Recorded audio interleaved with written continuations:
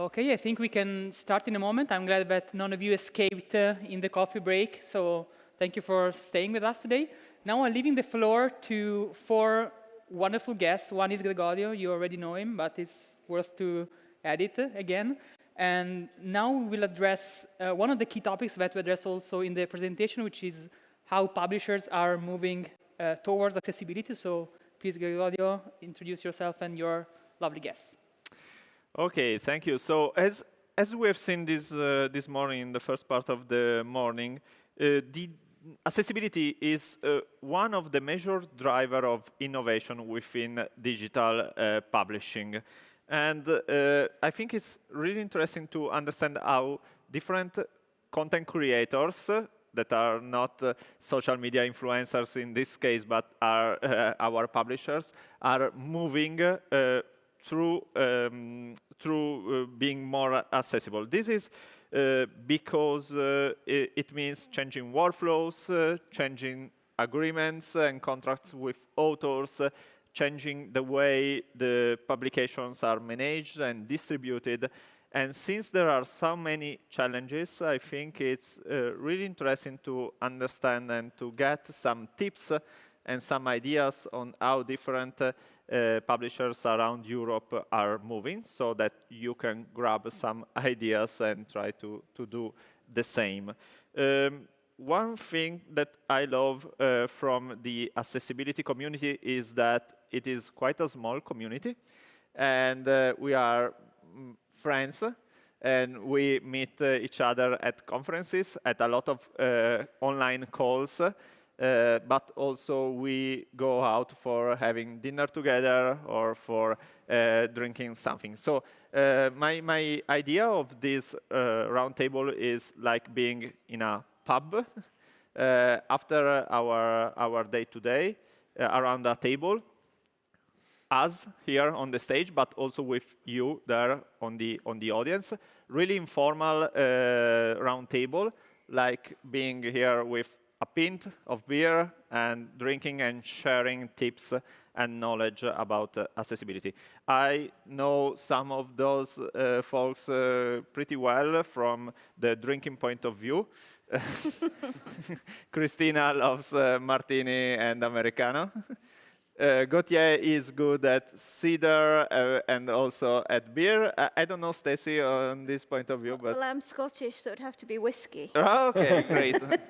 And I love beer. Yeah, so let's start this roundtable. We will have some short presentation without any slides, only speaking. And then the idea is to open the mic to the audience so that we can interact each other. I would love to start with Stacy, who is the head of accessibility in Taylor&Francis. Taylor&Francis is, as you know, a big publisher in the UK, and they are moving to accessibility so strongly that I think it's really interesting to understand where did they start and how they are moving. I meet every week with a colleague of Stacy, who is a technician who developed some way to check the quality of the files, which I think is really interesting. But Stacy also told us about the work they are doing with authors, image descriptions, and the different milestones that you have in Taylor&Francis. So please, Stacy, tell us something about your work. Thank you very much. As noted, my name is Stacy. So I was born blind, and so I'm very much used to the idea of not having the ability to read a printed book. And so it's wonderful because in my career, I've really strived to make sure that everyone can get access to digital content. And it's wonderful to see so many people here because, 10 years ago even, we wouldn't have had half as many friends here to talk about accessibility. So it's really great. Taylor&Francis, they really pushed forward on accessibility from about 2019. So just before the pandemic. So it gave us something to do during the pandemic. We really turned our heads to accessibility during the pandemic. So one of the key things, obviously, that we wanted to do is make our content accessible to everybody. And so we made sure that all of our 160,000 books are all available in EPUB, and that is EPUB 3. And that they all have accessibility features built in what we call born accessible. So we can't unscramble an egg. So we don't make our content not accessible and then go back and retrofit accessibility later. Because any of you who've done that will know that that is very expensive and it's very resource intensive. And so to make it born accessible is the easiest way to build it into your workflow, into your ecosystem. And so we've been doing that. And one of the things that we include in that, that goes for both of our books and our journals. So our journals, we have over 360,000 journals. And out of those, about 750,000 articles have image descriptions in them as well. So we're building that picture all the time. We're making it more and more accessible. This includes our platforms, our marketing, our social media. But if we come back to books, I mentioned their image description. So image description is obviously a huge part, and particularly for a scholarly publisher, it's a huge part of making sure that your book is accessible. And so we went through a period of we would describe some images, we would outsource, but actually we thought to ourselves, who knows these images the best? And of course the answer is the authors. The authors know their images better than anybody. And so, I mean, if we said in this room, how many of us could accurately draw from description a picture of the brain? Or how many of us could really describe a detailed picture of the brain, for example? Maybe some of you are very, very clever, but certainly for us, we thought, you have such detailed diagrams and graphs and various different pictorial representations, the best person is the author. So we created an author hub, and we said we want our authors to get on board with us with accessibility and provide the descriptions for us. Now, at first, we had some authors say, we don't know what this means. We can't do this. No, we're not going to do that. An author wrote to me and said, I think if you go ahead with this, all of your authors will stop working with Taylor&Francis and the company will just be liquidated. And thankfully that did not happen. I wasn't too scared, but thankfully it didn't happen. What we did is we built a hub where we wrote, very importantly, why we do this. So obviously we have a social responsibility. We have a corporate responsibility to make sure that everything's accessible. We have our policies and our legislations, and we're a global publisher, so those, they change, as you know, across the world, but we want to make our content accessible everywhere. And then the third thing that, some people shy away from mentioning is what we call the purple pound. The cost that a person with a disability could spend on your content if it was accessible. And so there's many reasons that we wanted to make sure that all of our content was fully accessible. And so we put these reasons in our Authors Hub. And then we provided guidance, and we provided descriptions and step walkthroughs for our authors to say, how do we describe pictures? How do we write alt text? How do we embed it? Or indeed, if it has to be a long description, how do we embed that within an EPUB? And then finally in the hub, we had lots of lovely examples, and we're adding to those every day. And so whether or not you work, you're in chemistry, biology, physics, maths, any of those subjects and many more, you can see a lot of examples, because I think, a lot of authors, they lack confidence. They haven't done it before. It's not that they don't want to do it, they don't know how to do it. And this is the feedback we get a lot. How do we do it? And so building that hub has given the authors a lot of confidence, but also our editing assistants, because our editing assistants are quite often in the middle. And so they need to be confident as well. It's not enough just to say, oh, well, authors, you write the description for us, okay? Because that would be great, wouldn't it, if they just went, okay, we'll do that, and it was perfect. And the tool that was mentioned, we have a tool that we made in-house called Penta. And what Penta does, and it's a fantastic piece of software, it will flag up to us if a book comes through with fewer than 5 words as a description, because we think if it's fewer than 5 words, it probably hasn't been described as well as it could have been. And so we get to check that. And it also checks for accessibility features as well. So it makes sure that the stuff that we're putting out is compliant and is as accessible as we can make it, and so that things don't slip through the net.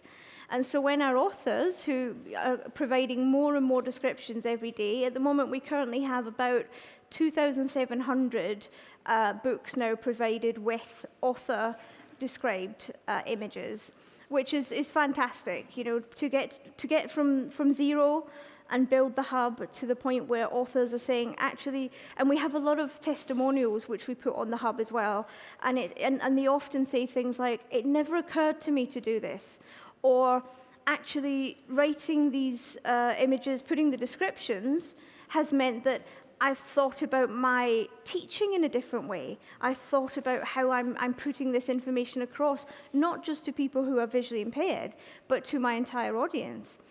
And so our author feedback has been really positive, and you know, the hope is that it's motivating more authors to add their descriptions as well. And so it's been a long process, but it's been an absolute joy, I would say. And when we get good text descriptions from our authors, it's fantastic, because as I said at the beginning, nobody knows their content like the authors. And so let the author be in control, let the author write the description, and we'll give them guidance along the way, and they can own it and make everything born accessible. Yeah, thank you. Thank you. I think 2 things are interesting for me. I think that asking this to authors also means asking them to understand why they are putting that image there, and so maybe they put less images and less copy and paste images from the web, which something happen only to fill blank spaces. And the other thing, it's interesting this value of 5 words that you figure out for the description. So it tells us that a good alternative description for images have to be at least 6 words. Yeah. Okay, good. Yeah, so now I would like to move to Kristina Kramer. The job title is Deputy Director for European and International Affairs. Wow.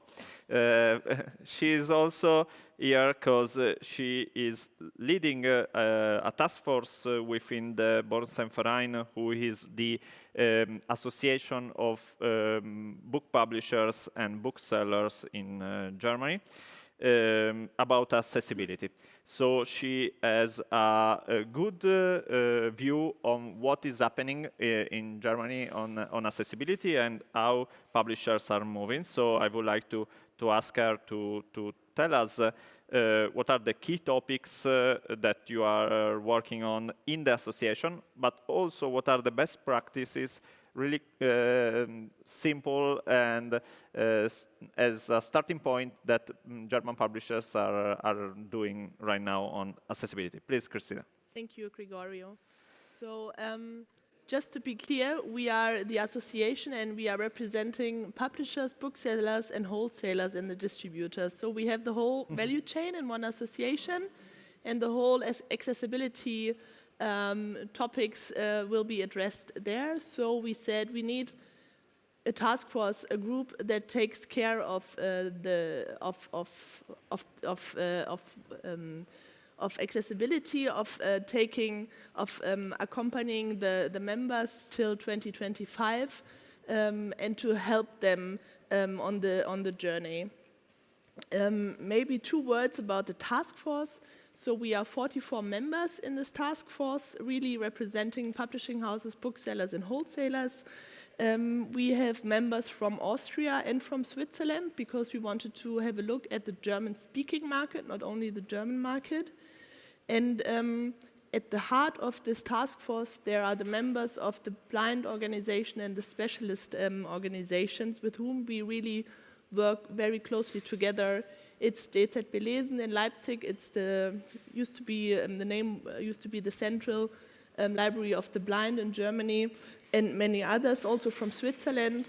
And we have representatives from the whole Börsenverein group. So for those who don't know, besides the association I represent, there is the Frankfurt Book Fair, but also Media Campus, a bookseller school, but also a school for lifelong learning for the book sector, and MVB, who takes care of the books in print catalog, for example. So we have all of them in one task force, and we try to cluster our work. We have 3 main pillars. It's awareness building.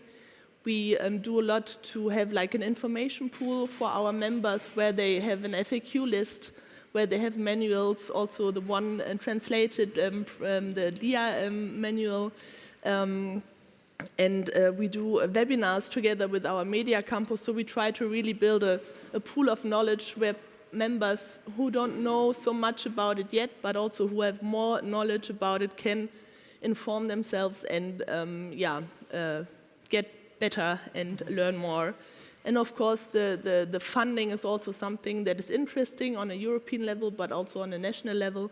And we are very thankful for initiatives like ABELAB, where we can contribute, but we are looking for other opportunities also with LIA too. And at the moment, we have working groups in the task force, and I think that the backlist and metadata are the hot topics or the hot working groups at the moment, where there's a lot of things going on, a lot of exchange also with international partners. Most of the questions that arise at the moment are about image descriptions. Mm-hmm. How to do it well, how to cluster, how to tackle this in the publishing houses. And from what I can see is, I think we have 3 main types of publishing houses at the moment. There's the group where the publishing house hasn't heard about the topic at all, has no clue. Fortunately, this group is getting smaller and smaller, and I think we contributed a bit in the awareness building process. And if we meet a publisher who has no clue at all, we have a lot to offer, like information and maybe some ideas to start the process. Then there is the group of publishers, mostly small and medium-sized publishers, who rely on the support of their distributors, of their service providers, like Bookwire or Pagina. We have a lot of other great members and service providers who offer great support in the production process, in the distribution process, but also in optimizing metadata. So this is also interesting for those who normally would fall under the exception of the EAA, but thanks to the help of the service providers, they can take part in the journey and fulfill the requirements. So the technical side is fine, they are taken care of, but we try to encourage them to think beyond the technical, to think about marketing, to think about communication, and also to understand the whole topic within the publishing house.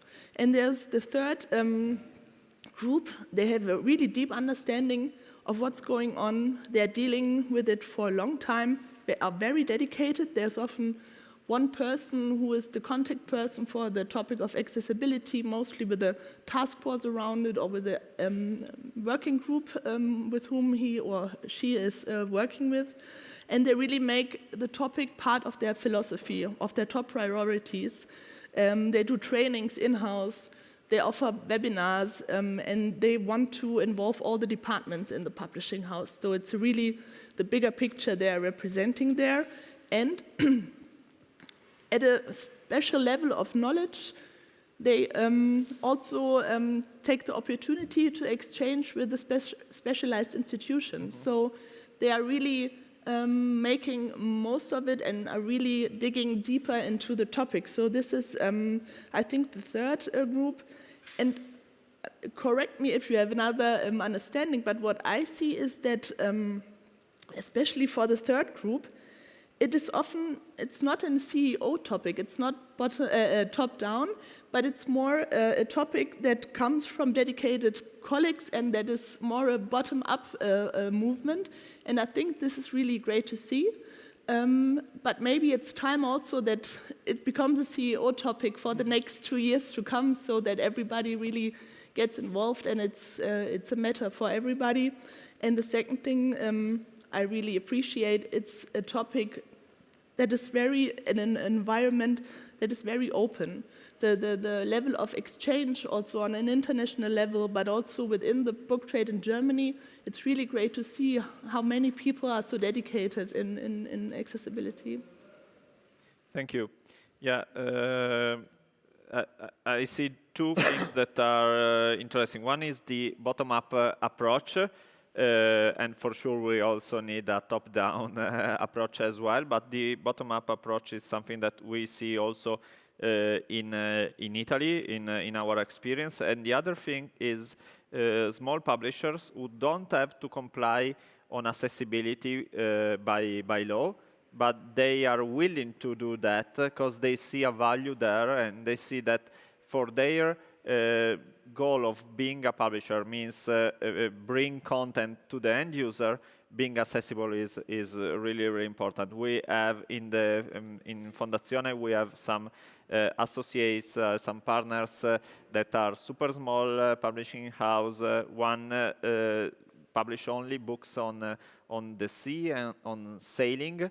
And we found out, actually, we know that from Antonino, that a lot of visually impaired users and readers go sailing. So having books about that is quite important. And Antonino sometimes goes sailing as well around the Mediterranean Sea.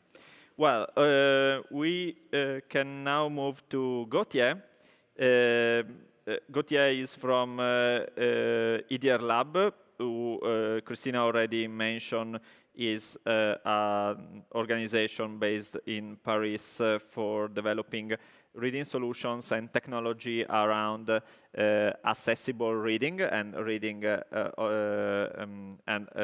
for all. But one important thing is that with ABELAB and with Gautier, we are partner in a small European project on backlist, which means titles published as in digital, like 10 years ago, 5 years ago. One important thing that you know about digital is you never go out of print. You never go to stock zero. So if you produce a file 10 years ago and you have the rights to sell it till now, it's there. So there may be a problem about making those old files, really, really old files, accessible. So Gautier, if you can say something about the project, but in particular about how to remediate non-accessible books, if you have some insights on this, and what are the, from your experience also, the common issue that you see in non-accessible ebooks. So what is challenging there? Yes, thank you. So the European Digital Reading Laboratory is a membership association. We are non-profit. We actually have 64 members all around the world, Börsenverein, LIA, and we are soon Taylor&Francis. We are dedicated to an open, interoperable, and accessible digital reading ecosystem. One of the main goals, to be clear, is to provide solutions for the whole ecosystem to escape from the silos. In this journey, we see the accessibility as a very central point, and we integrate it in any of our activities. We operate a DRM, LCP, which is known for maintaining accessibility. We operate a reading solution, a Solium reader, which is also, we had the demonstration this morning, known for respecting and providing a rich reading experience for screen reader users. but not only, it's really public application made for anyone. And so to achieve that, we work on standardization, we work at the V3C, we work with the EASY Consortium, we work with the Iridium Foundation, we try to provide the ecosystem with toolings. And we are very community-driven, so we do what is needed by your members, but not only. When we see things that are missing, we say there's some things to do here to unlock some situation and to help, and something we can get. Just a few context word about me. Before being at ABELAB, I've been in book production for 25 years now, and 10 of them dedicated to make adaptation of books. So I know quite well the problematics of reading when you are visually impaired, when you are blind, when you use screen reader. I've been producing braille file, large print, and digital files, mainly EPUB. So we have different projects, and each of one has an accessibility part, but actually we are collaborating with Fondation Elia and the National Library of the Netherlands, the KB, on a specific project that I'll be detailing now, which is what can we do with the backlist. So we know that in the digital space, the backlists and niche titles are more important, they are more present than in the physical world, because maintaining those books in the market is not as expensive as having a reprint, copy, stocking, etc. And one risk we see with the application of the European directive is that the cost of making all those backlist titles accessible will be too enormous and will make no sense for publishers to maintain those titles. So the risk we see is a disapparition of a large number of titles on the digital book market. And we don't want that to happen, so we have set up and we've been granted a Creative Europe project to analyze the situation and propose solution, at least provide stakeholders with good information that can help them establish a roadmap and see how things can be treated. We are actually at 6 months of the project. It's 18 months, so we will be again working 1 year more. The first step we've done was having a view of what is a backlist. We've worked with ISBN agency and data service providers to get an insight of how many books are on the backlist and what are those books. This part of the project is quite achieved, but we see that we can still refine the information, so we'll be still working on this subject on the next 6 months. And if you have connection, contacts, and insight, it's very welcome. You can contact us to help on that. From this part of the project, we see that there are something like 3.5 million e-books actually on sale in Europe. We can say that there is an average of 40% of them being fiction books. That's important because fiction books are known for having less images and maybe easier to remediate. But take care, it's really an average at European level, so it does not reflect the reality of each country. Some countries have very much larger part of the production that are non-fiction, that are documentary, and that will, we believe, be more complex files to remediate. A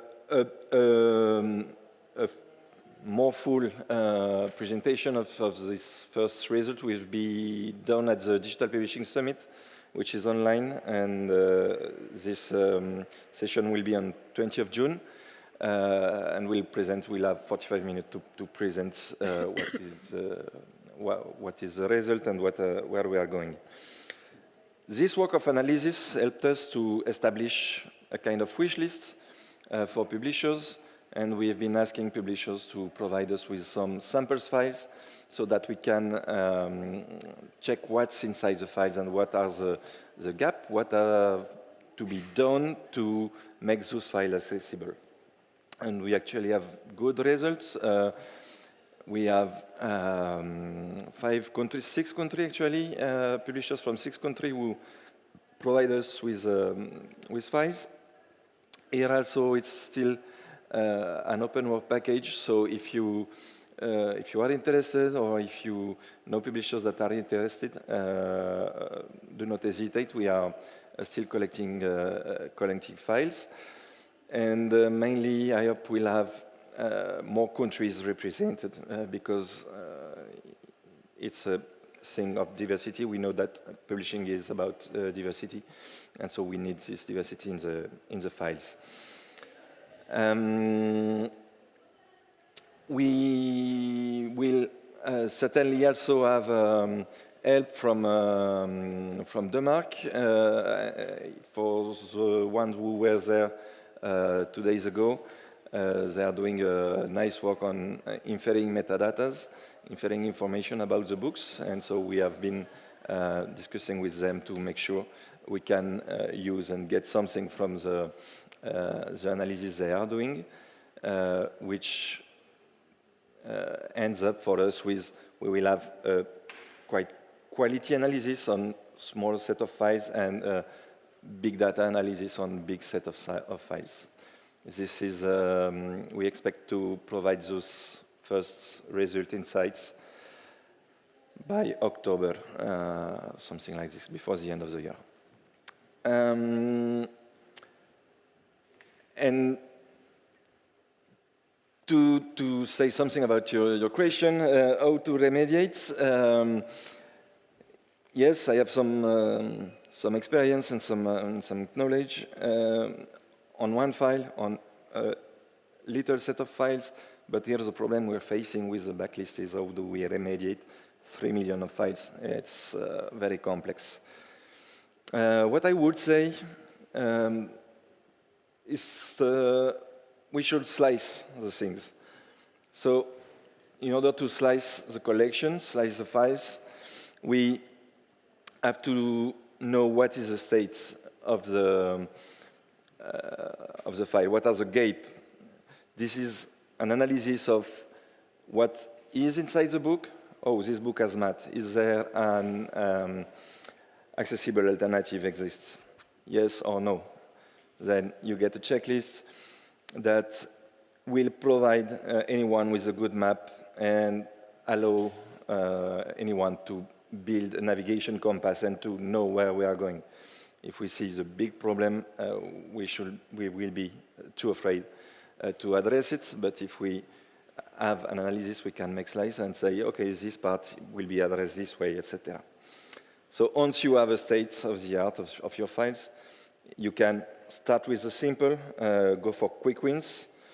Every little step achieved will be a win in reading quality improvement. So do it, what you can do quick and first, do it. Even if it's not the whole package, it will be done and it will be of use. Then inform the users, because what you do, if the users has no information, they don't know even the possibilities given for a rich reading experience in an ebook.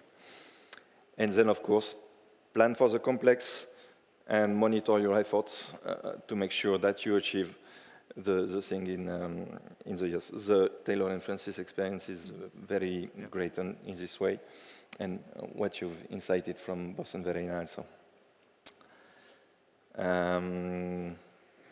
Common issues.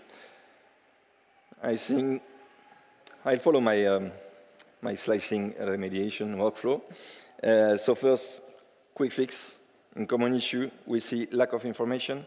First, provide information to the user. This book is not inaccessible, but there is no description in the image.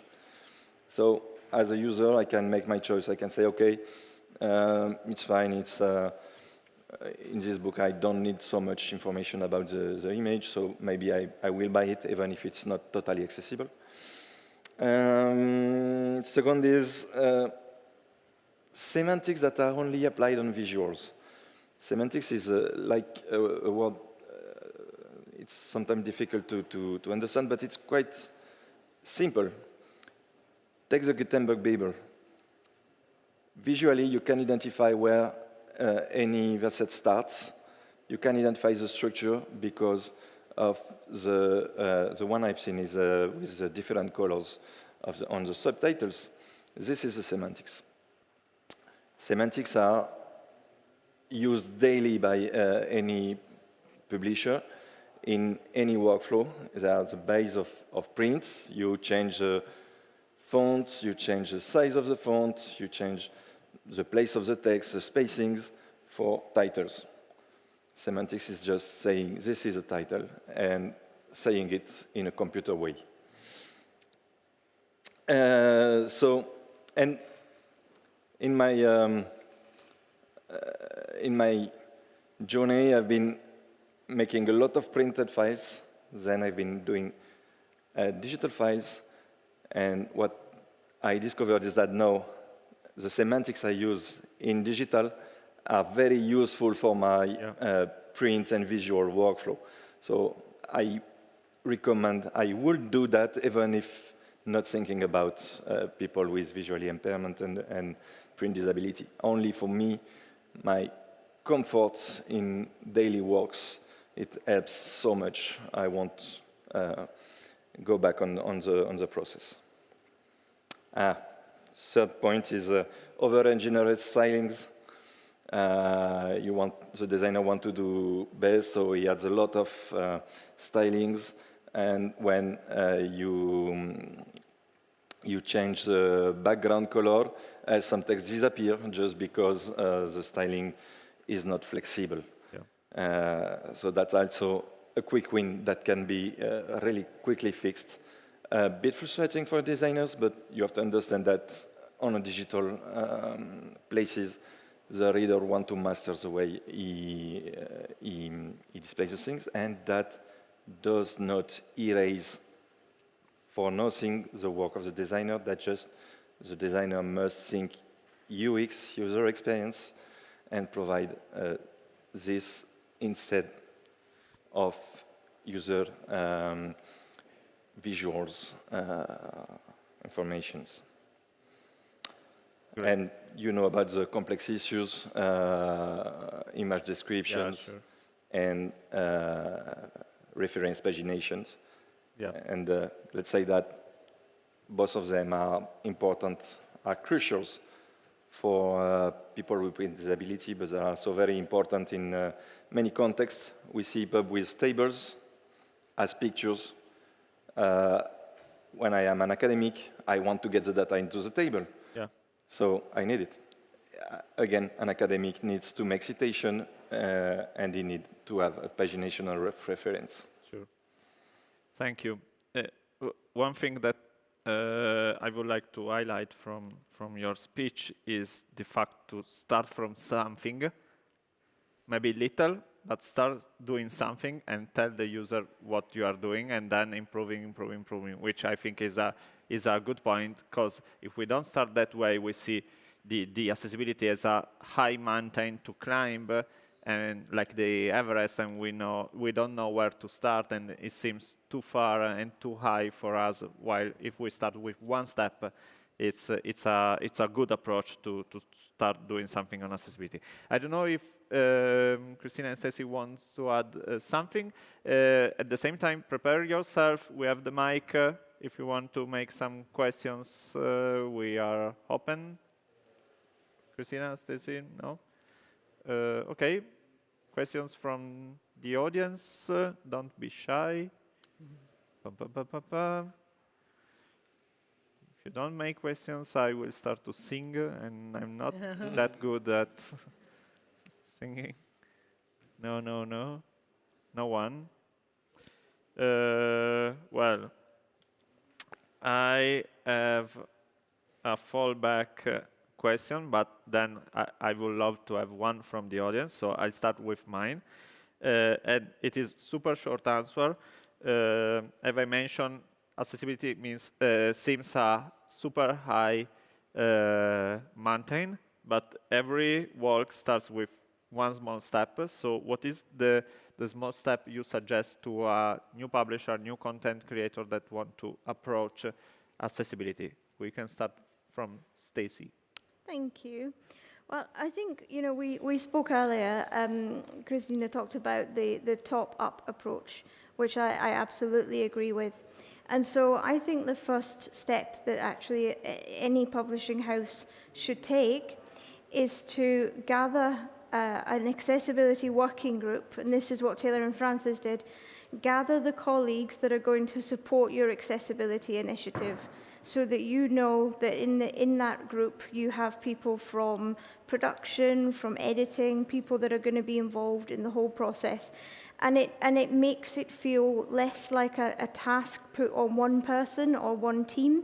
It feels like, as you said, Gregorio, a group of friends, a group of colleagues fighting for one task. And so gathering that working group where you have the support and you don't feel like you're going out on it alone, I think that would be the first, taking that top-up approach, I think would be the first key thing from any publishing house. Thank you. I'm taking notes. So first step, working group. Gautier? I would say get to know what's the state of the art in your books and from the readers. Read your books, put yourself in situation. We have useful tools. Change the contrast, change the font. Is that working? Yes, okay. And do this at first for your workflow, but also do this with the metadata so the users can be informed and can make a choice. Once again, maybe it's not a super shiny accessible file, but maybe if I see that I can just make the visual adjustment, it's fine for me and I will buy it. And also for your workflow, it will help you see what you have to do later. So I would say it's the first point. Kristina? Yeah, me coming from an association, I would say talk to us. Have a look at our website. We have a lot of information out there. And I would say you are not alone. I mean, there's so much knowledge outside. Try to find your partners that guide you a bit through the first steps, and you will be relieved afterwards. Okay, so I've taken notes. So we have set up a working group, evaluate the state of the art of your production, and partner with someone, an association, national association, or whatever, for doing this work with others. Great. So, what about you? Okay, Lars.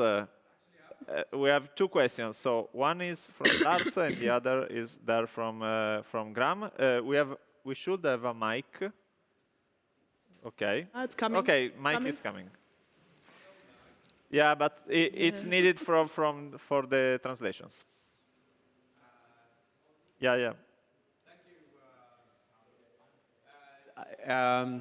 I'm a bit curious. I've had an idea for many years now about that I would like to get your comments on. It's how would you feel about a community-driven effort to add image descriptions as cloud-based metadata, basically, where you crowdsource image descriptions from readers of the publications. It's, yes, so user-generated, what I call accessibility annotations. Thank you. Maybe we can also get the question from Graham and then reply to the two questions together. Okay. You have to climb. Okay. Yes. Clearly, I should have sat nearer the front. Graham Bell from Editor. My question is actually very similar. I'd like to ask the group, Stacey talked about pushing the image descriptions back to the authors, which I think is very much the best way to do it. What would be your 3 hints to authors who don't know how to describe their own images? They know what the image is, but they perhaps don't know what sort of a description is required. What would you recommend? Okay, so both on alternative description, which is one of the, well, it's the elephant in the room when we speak about accessibility in the publishing field. So I don't know who wants to start about crowdsourcing and about guidelines or tips for maybe you, Stacey? Sure. So if I'll start with potentially some tips and guidelines for authors. Thank you, Graham. So the first thing I would say to an author is, first of all, understand your audience. Understand who needs the description and why. And the best way to do this, I think, would be for them to, first of all, just try and imagine what that description, what that drawing would look like if it was never drawn. Okay? So first of all, write something as a description, and then see if you can draw it from your description. And if you can't, if it's not how it looks in your head, then that description's not on point. And actually, we do have a lot of authors who do that, and that helps them practice a lot. They do the description first, they then draw from the description, and they think, oh, this doesn't look like it's supposed to. Okay, I need to change the description, yeah? So I think that's one of the key things for authors, and it helps them practice, and it helps them get into the mindset. The second thing is, and this benefits all of us, is, you know, practice makes perfect, right? So don't just do it with 1 or 2 images. Do it with all your images. Do it all the time. Make it part of your workflow. Make it part of developing that content. And so the more you do it, the better you'll get at it. And the third thing, you know, it really touches on this idea of reach out to other people. You know, reach out to, there are so, as Kristina said, there are so many organizations out there who will support. You know, Taylor&Francis will support, but also the other authors can support you. You know, you could set up a support group, not in that sense, but a group that could come together and discuss the you know, sharing images and how best to write them and describe them, and you know, how many words is enough? Is that too long a description, too short a description? And so to be able to actually bounce ideas off each other and have that community, because some authors might not want to submit until they know that it's perfect. And so having that circle where you can actually share that experience and that knowledge. So I would say those 3 things. And if I was to add a 4th, yeah. I think it would just be very quickly, do you need that image? Do you need that image in there? And we mentioned that earlier, right? If you don't need the image, if you just want to fill a bit of the page, then maybe don't put it in there. Right. And that's obviously going to cut down a lot of workload as well. Yeah. And any idea on the idea of crowdsourcing image descriptions? I like that idea. I definitely do. I think there would be some challenges to overcome in terms of obviously getting access to the content. Where are those descriptions? How do you link it together? Yeah. How does it feed in with the metadata? But I think I like the idea. I certainly like the idea that there could be people who could add, because there's so many people in this kind of community of accessibility who I'm sure could add a lot of value to that. Yes. Super short, Lars. Super short. We are running out of time.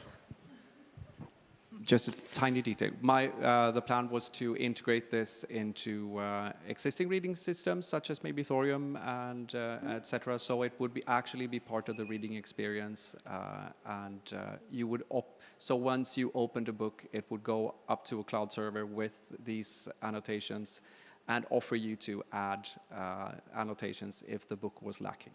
It's interesting. Yeah, please. Just a point of attention. As Stacey mentioned, I totally agree with her. The best person to do the image description is the author. It's all about context of the books. It's all about etc. But yes, we have 3.5 million ebooks on the backlist, maybe a low average of 10 images per books. So make the count. We can't do that. So we will need fallbacks, ways of fallbacks to give the service. And actually, they already exist in screen readers provides option for getting an IA-powered image description. And with all the progress we see in machine learning and those technologies, we can figure out that very soon we'll have a description of the image in the context. And this context depends on the quality of your files, again, because it can ingest the metadata, the title, the author, etc. It can ingest the first paragraph, the paragraph before the image, after the image. So we will have better and better experiences, but make sure that we don't rely only on those fallbacks. They are fallbacks, and they must be considered as such. An image description, a textual alternative to a graphic resource is an editorial point. It's an editorial thing, and it should be addressed by the publisher the same way they address the rest of the editing of the book. So yes, fallback, but please make sure that we don't rely on that. I do fully agree, I must just say. Thank you. So please make a big applause to our panelists. Thank you.